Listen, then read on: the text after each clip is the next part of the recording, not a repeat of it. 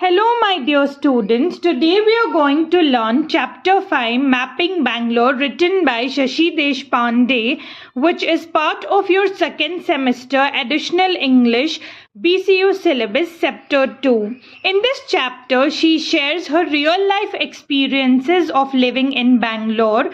Through her memories, we can understand how the city changed over time and how she slowly became attached to it.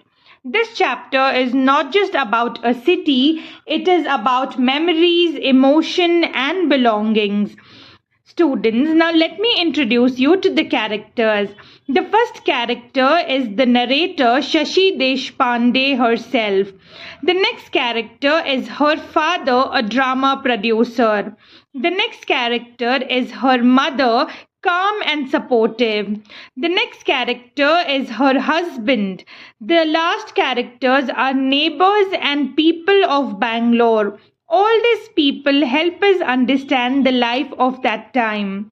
Students, now let's begin with the first part, that is Old Bangalore 1956. The story begins in the year 1956. At that time, Bangalore was part of Mysore state. Life was very simple and slow. People respected the king and followed traditions. There were more horse carts than buses. Women wore long skirts and flowers in their hair.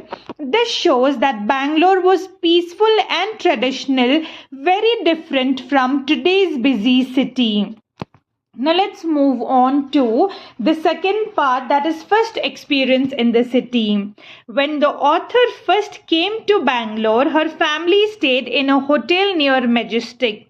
This place was full of life. There were different smells like coffee, flowers, and incense sticks. People spoke Kannada mixed with English. At first, everything felt strange to them. Even the language sounded different. This shows how difficult it is to adjust to a new place. Now let's move on to the third part, that is moving from one house to another. After the hotel, the family moved to different houses. They stayed in Nehru-Nagar and later in Kumara Park.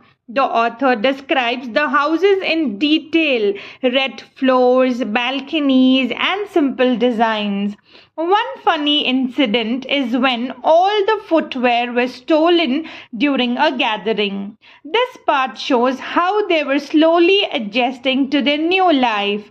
Now let's move on to the next part, that is neighbours and social life.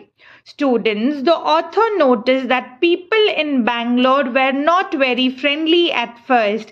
Neighbours did not talk much. They only looked at each other quietly, but during festivals, they became little friendly. This shows that people were reserved but not rude. Now let's move on to the next part, that is cinema and city life.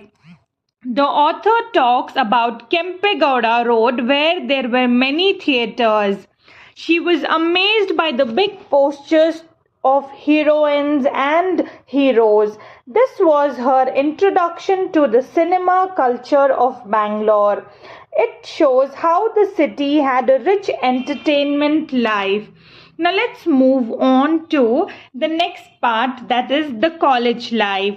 The author joined a law college. She used to walk to college every morning. While walking, she observed many things: flowers, temples, people, and streets. Students, this shows how she was a keen observer of life. Now let's move on to the next part, that is shopping experience. Shopping in those days were very slow and relaxed. People took time to choose things. For an example, the author and her mother spent 2 days selecting jewelry stones. This shows that life was not in a hurry like today. Now let's move on to the next part, that is Malleswaram traditional area. Then the family moved to Malleswaram. At first, the author did not like it because it looked old. But later she realized it was a very cultural place. Their house became a center for writers and theatre people. Many important personalities visited them. Now let's move on to the next part, that is walking culture. Students, one important thing to notice is that people walked every day. They walked to markets, banks and even railway stations. This shows a simple and healthy lifestyle. Now let's move on to the next part, that is life at NIMHANS. After marriage, the author returned to Bangalore and lived near NIMHANS.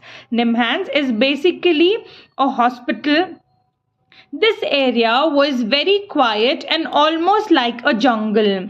There were strange experiences like unknown visitors and even a cobra in the garden. This part shows the wild and isolated side of Bangalore. Now let's move on to the next part, that is Banashankari phase. Later they moved to Banashankari. The author felt uncomfortable there. The houses were close together and she felt suffocated. She also could not write. This shows her emotional struggle and loneliness.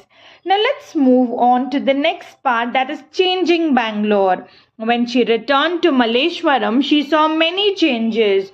Old houses were replaced by apartments. Traffic increased. Life became fast. This shows how Bangalore was becoming a modern city. Now let's move on to the next part, that is final settlement Jayanagar. Finally, the author settled in Jayanagar. She planted trees, made a home and built connections with people. Slowly she started feeling that this place was truly her home. Students, now let's move on to the final part, that is final thought. In the end, the author says that even a small piece of land is enough to connect us to a city. Students, this is very deep thought. It means that home is not about size but about feelings. Students, now let's see what is the conclusion. This chapter teaches us that life is a journey. We move from place to place, but slowly we build memories and connections.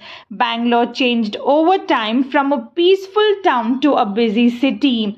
But the author's love for city also grew with time. We learned that adjustment takes time, but once we accept a place, it becomes part of our life. Students, now let's see what is the moral. Home is where your heart feels connected. So students, always remember, it is not the place that makes us happy, but the memories we create there. If you like the video, give a thumbs up, like, share, subscribe and do support the channel. See you in the next class. Until then, bye.